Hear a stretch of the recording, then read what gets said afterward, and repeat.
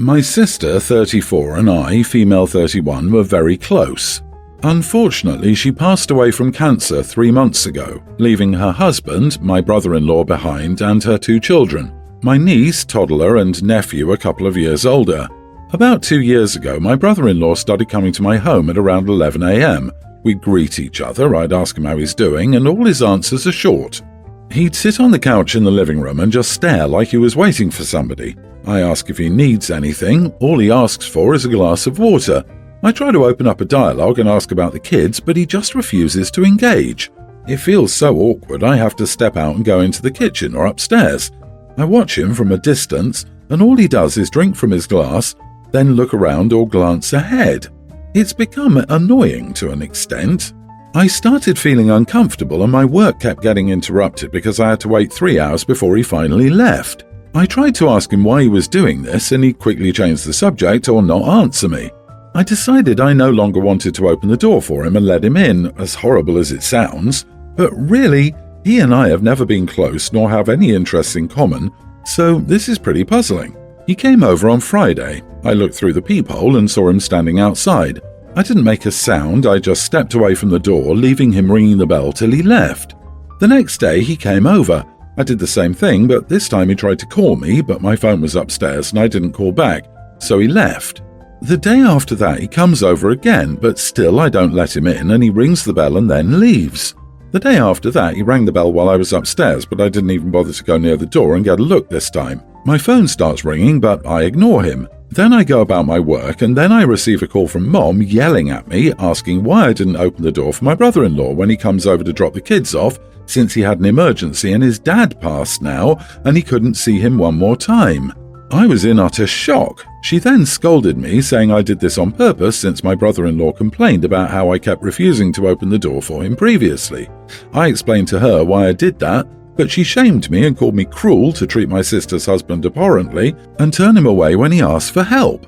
It's been pretty bad between us. The family thinks I'm selfish and cruel for what I did. Not the idiot. Does he know how to send a text message saying, I have an emergency, need to drop off the kids, please confirm? You're not his therapist. You tried to talk to him and he refused. Sorry for your loss, but it's not in you to help everyone around you when you're also suffering from your sister's death. You are the idiot. You didn't have to let him in, but you could have at least been an adult to the person grieving over your sister's death and told them the issue you were having. This is making me uncomfortable. Please don't do it again. You could have at least set the boundary. You're too old to be dropping hints. Agree. You are the idiot for not being an adult and talking to him. All you had to do was communicate to him that his visits were disrupting your work. You could have offered him a time and day that would work better, or asked him to text you first before coming over. So many other solutions than ignoring him. You made the situation worse by acting childish instead of setting simple boundaries. I'm not sure why others in the thread are missing this, but OP says they weren't close at all. I find it supremely weird that this grown man is dropping off his kids somewhere and then going to his late wife's sister's house, where she lives alone, every day to sit on her couch. I would be creeped the heck out too. And for everyone saying she needs to be the one to communicate, A, she's grieving too, she tried to talk to him, perhaps also she doesn't have the words right now. B, it's her home, she has no obligation to let this man wander in all the time, and C, from her mom's reaction we can see whose back the family has. She's probably been kowtowed into avoiding setting firm boundaries precisely because of pushback like that. I still agree OP needs to handle this now, so it stops happening, and I can understand why he'd want to go somewhere comfortable, but OP is not the idiot. I, 25 male, live in my family's cottage, which I was given ownership of. The cottage itself is a waterfront property facing a medium-sized lake. My family has been living here for generations as my great-grandfather originally bought it before passing it down, eventually leading to me. However, my neighbours are a different story, as many of the people I have known since childhood have moved out. The houses that my neighbours once had have been torn down and replaced with designer-style homes. With the construction of these homes came new neighbours, with an HOA of which I am not a member. My problem started with my next-door neighbour Sophie, female 50, over me fishing. One day, after doing some canoe fishing, Sophie approached me on my beach. She started asking if it was legal to fish on the lake, to which I said it was, as long as you pay the $25 per year license. After that, I said I had to go as I had caught some fish and wanted to start processing them for dinner, as it was getting late. After our conversation, I didn't hear from her for over 2 weeks. My encounter with her this time was not in person, but through a letter. In this letter, she wrote about how dangerous fishing is to the environment and why I should stop. In response, I chose to chuck it in my recycling bin and ignore her as it wasn't worth my time. My most recent encounter was 2 days ago while I had some friends over. It was in the afternoon when I ran back into the house for some more beers with one of my friends. While grabbing the drinks, we heard a knock at the door. When I answered the door, it was Sophie, and she had another letter. Before handing the letter, she said that she tried to be diplomatic, and now she'd had enough and had a letter from the HOA. Admittedly, I was a bit tipsy at the time, and in response, I laughed and called her stupid for believing the HOA could do anything before closing the door on her. After sobering up, I feel conflicted. On the one hand, I feel that I was justified in my actions because my fishing is none of her business. On the other hand, I feel that I could have dealt with her more tactfully. Am I the idiot? It's kind of ironic, as individuals fishing for their food in a canoe is about as sustainable as it can get. Oh, sorry Sophie, let me jump in my car, drive to the store and buy some fish shipped in from somewhere else. Is that better? I was dying at the thought of OP tooling around his medium-sized lake in that fearsome behemoth of a rapacious commercial fishing vessel, the canoe. You are not the idiot. She's bordering on harassment. Not only that, I'm sure she's lying as the HOA knows you're not a member, which means that they can't do anything. Not only that, an HOA can't control how often and where you fish. This woman is why many Americans refuse to live in an area with an HOA. OP even tossed a nosy neighbour's complaint letter in the recycling bin. I wonder how many trees the neighbour is willing to kill to harass OP about their environmental impact. OP, you gave her the response she deserved. However, continue to laugh at her because she is ridiculous. Send her a letter telling her that if she comes back onto your property, you will call the police, have her arrested for trespassing, and report her to the HOA. Then, post a sign at the entrance to your property stating, "No trespassing, this means you, Sophie." P.S. Yes, I know her HOA cannot do anything about her coming onto his property, but if she's going to issue empty threats, turnabout is fair play. You are the idiot. Do you own the lake? If not, who does? Does that person allow fishing? Maybe apologize for what you did, but tell her to leave you alone. You could have been nicer, you should have just explained the situation, but unfortunately calling her dumb will breed resentment, and she's probably already looking for ways to make your life harder. So this will snowball. My daughter, teen Megan, just finished her cancer treatment. She's lost her hair in the process, and she's been incredibly insecure because of it. She no longer meets friends, welcomes them at our home, or even meets family in person. It's been bad to say the least, but her stepbrother, 18 Ben, has been making it worse with his nagging comments and jokes about her looks. He tried covertly taking and posting pictures of her to share, but I shut that down even though my husband thought it was just harmless teasing. My husband's sister's wedding was last week. The family wanted Megan to go, but she didn't want to. I spent so much time trying to help her and convince her to start socializing again and see family. Finally, she agreed under the condition that I let her wear a wig, to which I agreed. Not only that, but I took her shopping to pick her own wig, and she looked beautifully stunning in her pixie hairstyle wig. My husband and Ben laughed when they saw it. I don't know why. We went to the wedding and everything was going well till this happened. We were all sitting and we started talking about Megan's look. Suddenly, Ben reached out, pulled her wig, and exposed her head. I was shocked. I froze, but Megan yelled, then took her wig and ran. Ben, his cousins, and some guests started laughing. I was upset, especially when I looked over my shoulder and saw my husband sitting beside his mom and laughing. I lost it on Ben and scolded him in front of everyone, then took my stuff, got Megan, got into the car and went home.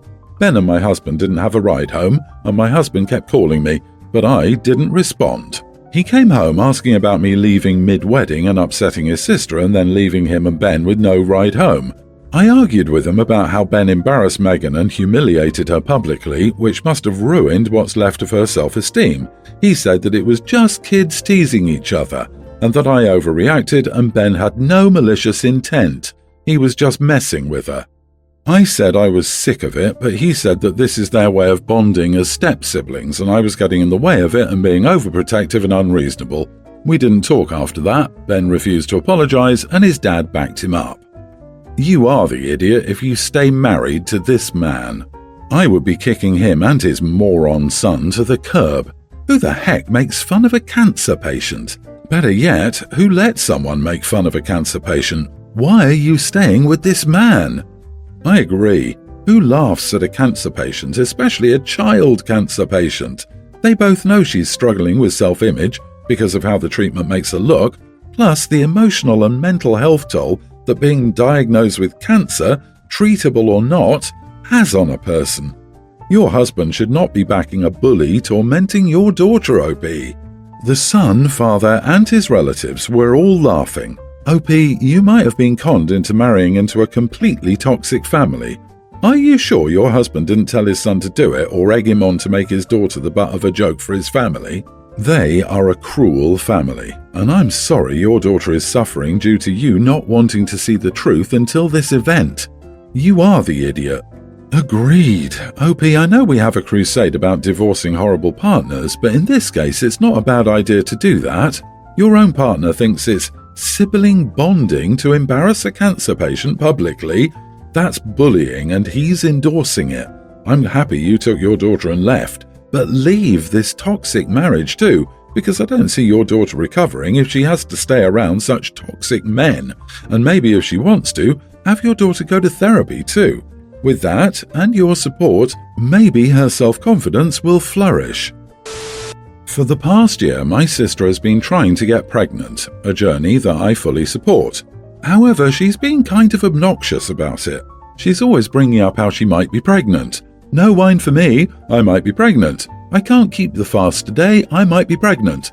I miss sushi but must abstain because I might be pregnant. She's been pregnant and not pregnant for so long that I'm starting to worry she'll give birth to a cat. Last night I told her about an upcoming trip with my boyfriend and some friends. We're going river rafting, which I've never done before and was excited about. She said, I'd love to try that too, but I can't because I might be pregnant. I got annoyed because we were talking about me for once, and she found a way to make it about her hypothetical pregnancy again. I said, well, no one invited you. She asked me what my problem was, and I said I was sick of hearing about her hypothetical pregnancy.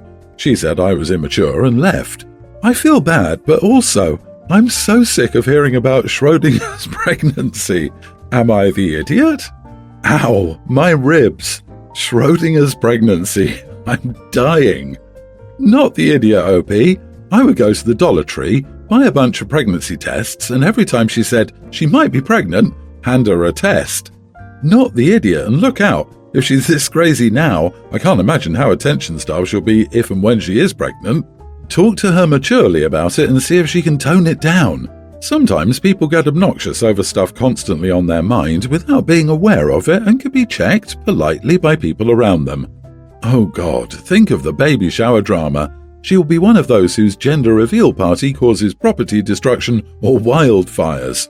She needs a hobby and to stop trying to make every conversation about her. Going against the grain with, you are the idiot. She is annoying, yes, but it's probably coming from a place of fear and sadness about not getting pregnant quickly. She's trying to speak it into existence and could use some grace right now. Yeah, you don't know what she's going through, and trying to conceive is a very emotionally tumultuous journey, especially when you're young, and for some reason it's just not happening. Everybody's so focused on the witty comments OP is making, not realizing these are real-life people with real-life feelings, and a little empathy goes a long way. Is it worth nuking your relationship with your sister over feeling momentarily annoyed? She's not hurting anyone by having hope. I, 24 male, have been dating my girlfriend, 23, for 4 years. College sweethearts. I'm an atheist, raised in an atheist family. She was raised Catholic and has wavered in her degree of faith over the years. When I met her, she was open that she was culturally Catholic, prays to the saints before an exam or to find something lost, volunteered at a local church in our college town as a way to meet people rather than out of any vocational call, keeps Lent, eats fish on Fridays, etc. About 2 years ago, a series of traumatic life experiences led her to embrace her religion further. I fully respect the practice of her faith, even if I don't share it. Last summer we were on holiday with my family and my girlfriend mentioned that she wanted to find a church in the area so she could attend Mass on Sunday. She planned to go by herself to the earliest possible service so that she could be back before the rest of us woke up and wouldn't interrupt the day. My sister, 27, fussed about this, saying it would detract from her planned itinerary for the day and that my girlfriend was trying to shove her religion down their throats. That she had chosen to be more religious on this holiday to be difficult, it was all obviously fake and pretty upsetting for my girlfriend because she'd rediscovered her religion. My sister is planning her wedding next year around Easter and is set on having it at a church, even though we're an atheist family. My girlfriend has privately mentioned to me that she finds this weird. Imagine if I wanted to get married at the mosque, but has said nothing to my sister to keep the peace. However, after my sister made a joke about my girlfriend observing Lent during the wedding, some stupid comment about saving money by just serving her bread and water instead of a meal, I wound up telling her she was a hypocrite for insisting on a wedding venue that belonged to a community that she so incessantly makes fun of and looks down on. Obviously, I'm not saying that Christians are oppressed or anything, the opposite in most places around the world, but this is something my girlfriend cares about, and my sister has never respected that. I would almost accept it if my sister disagreed with it for any moral reason. With Catholicism, there is plenty, but she just seems to find it cringy.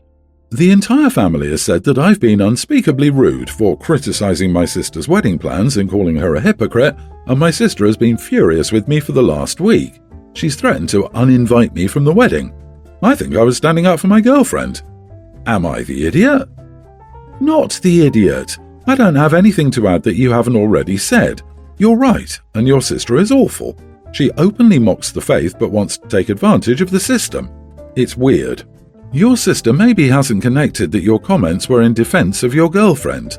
I think your sister may have a problem finding a church to be married in.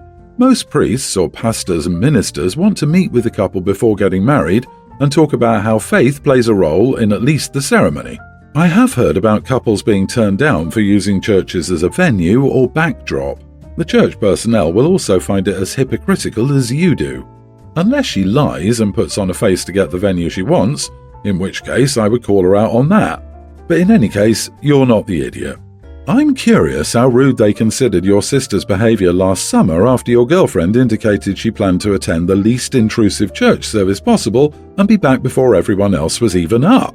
Or how rude they thought her joke about serving your girlfriend bread and water rather than a meal. Honestly, I admire your restraint so far.